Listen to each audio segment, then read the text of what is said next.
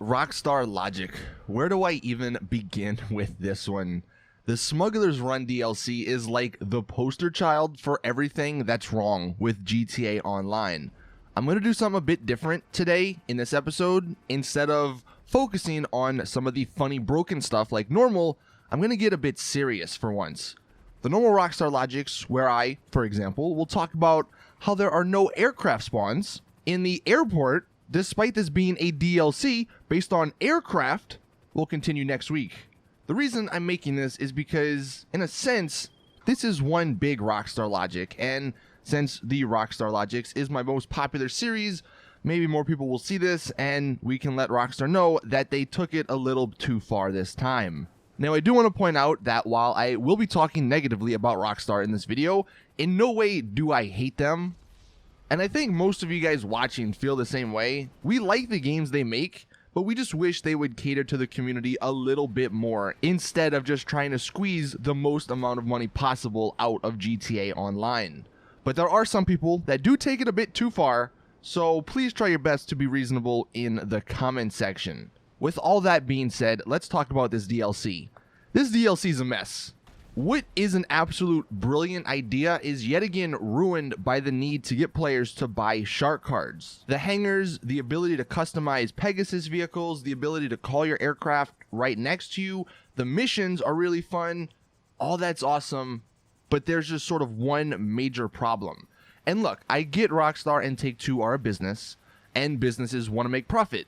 But shouldn't businesses also try to keep their customers happy, at least just a little? That's what's not being done with GTA Online. Now maybe they know that, and since Red Dead Redemption 2 and hopefully GTA 6 are coming out within the next 2 years, they just don't care. Maybe they are thinking, let's just squeeze everything we can out of this old game, no matter the cost, before we start fresh and appeal to the community with these new games. That's the really optimistic way of looking at this situation, and I really hope that they learn from GTA Online and don't make the same mistakes in Red Dead 2 and GTA 6 with their online versions. But whatever way you look at it, the shit they do is just wrong to us gamers, us loyal fans, us loyal people who play the game on a daily basis. I mean, don't even get me started on them removing the actual legitimate money right before the new DLC that people grinded for and then basically not even care that it happened. That's an entirely different video. Specifically with the DLC though, it's just such a blatant shark card grab, it's not even funny. For those unaware, all of these Smugglers Run DLC vehicles, including the unreleased ones, add up to around $60 million in GTA cash, which, if you were to buy shark cards, that's almost 700 real-life dollars. 700 real-life dollars for one DLC in a $60 game. Just think about that. And what you may find crazy is that personally, the $60 million part doesn't really bother me that much. Having a ton of vehicles in these DLCs is awesome because it gives people a reason to keep playing, to keep grinding, and I think that is what makes this game fun. Because think about this, if you were to have everything right off the bat, then you're just going to get bored quickly. And we've seen that in some of the early DLCs, you know, everything comes out at once, and then a week later you're like, okay, what do I do now? But this sort of drip feeding, and by them making these vehicles cost a lot of money, it gives you a reason to keep grinding, to keep playing these missions. But the part I have a problem with is the $700 in shark cards combined with the absurdly low payouts in the new missions. Like, honestly, would it really kill them to not have the payouts be absolute dog shit? I mean, making the new crates sell for $20,000 instead of $10,000 would have been much better. The total you could then make from a full 50 crates hanger would be 1 million plus the bonuses, which would put it near 1.6 million. I think that's fair and more in line with all the other ways we can make money. I still would want it to be more, don't get me wrong, but that's the minimum it should have been. I think most people wouldn't have been upset if they were making 1.6 million instead of a measly 800,000, considering the cost of the new DLC. Guess what though? They're not going to go back and fix it. They will probably give us, what, 1 or 2 weeks max of double GTA money on these missions? That's it. And that's the problem. Why don't they ever go back and fix things? Why don't they release a quality of life update that fixes some of the problems people run into on a daily basis?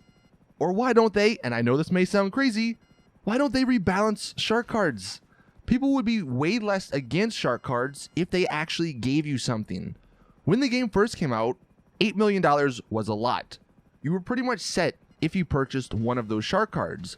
But now, $8 million gets you maybe 2 supercars, it seems like. I read somewhere that with the Smuggler's Run DLC, $8 million doesn't even buy you all of the clothing options. And an $8 million shark card is $100. $100 in real life, and you can't even buy all the clothes in the DLC. I don't think that should happen. The prices in GTA Online have gone up so much, and honestly, shark cards should have been adjusted to keep up. At the minimum, with how expensive each DLC is, the $100 shark card should give you 25 million and then scale down from there. 25 million, while not enough to buy everything, is still a ton that gives you access to a lot of stuff. As a new player, with that, you could buy a hangar, you could buy a bunker, a CEO office, a vehicle warehouse, a few supercars, some aircraft, and still have a couple million left. Let me just ask you guys this, and let me know honestly your thoughts in the comment section. If Rockstar were to change the amount you get from shark cards to a more reasonable amount, would you hate them less? I know I would.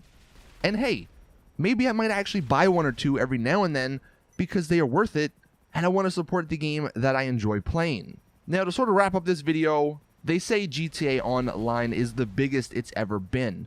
It has more players playing now than any other time in GTA Online, and that's great. Like I said at the beginning, despite me talking negatively about the game and Rockstar, I still love it and want to see it do well. But if Rockstar or Take-Two keep blatantly pushing shark cards, then that number will definitely drop. I've seen more people than usual say this DLC was the last straw for them. They are quitting GTA Online because it's just become too much of a grind, and I don't blame them. But if the next DLC is just as bad, where everything is insanely expensive and the missions don't have a good payout, then people may actually be gone for good. And that doesn't bode well for Rockstar or Take-Two, because those people might not pick up Red Dead Redemption 2 or GTA 6 because of the bad taste left in their mouth from GTA Online. The prices in Online have become a meme at this point, and a lot of loyal fans and customers like myself are getting a bit tired of it. So this is my video to Rockstar to just let them know that we, as the people who play their game, as the people who advertise their game, as the people who spend money on their game, would like to not be treated like crap. Please start to care about not only us, the community, but the actual game itself, instead of just shark cards. That's all I ask. So there you guys have it. That's the serious Rockstar logic about this DLC. I'm sure, I actually know for a fact, I could have talked even more about stuff in this DLC that is just unacceptable, but I didn't want this video to be too long. And I know most YouTubers just say everything is fine and don't like to speak up when it comes to things like this, but at the end of the day, I'm just a gamer too, and it sucks that the game I really enjoy playing is on this path that no one likes. Anyway, that is it. If you have your own Rockstar logic about the DLC you want to submit for next week, then either tweet it to me with the hashtag Rockstar Logic or leave it in the comment section. Thank you all for watching. Please leave a like if you agree with my thoughts and opinions, and hopefully something will be done.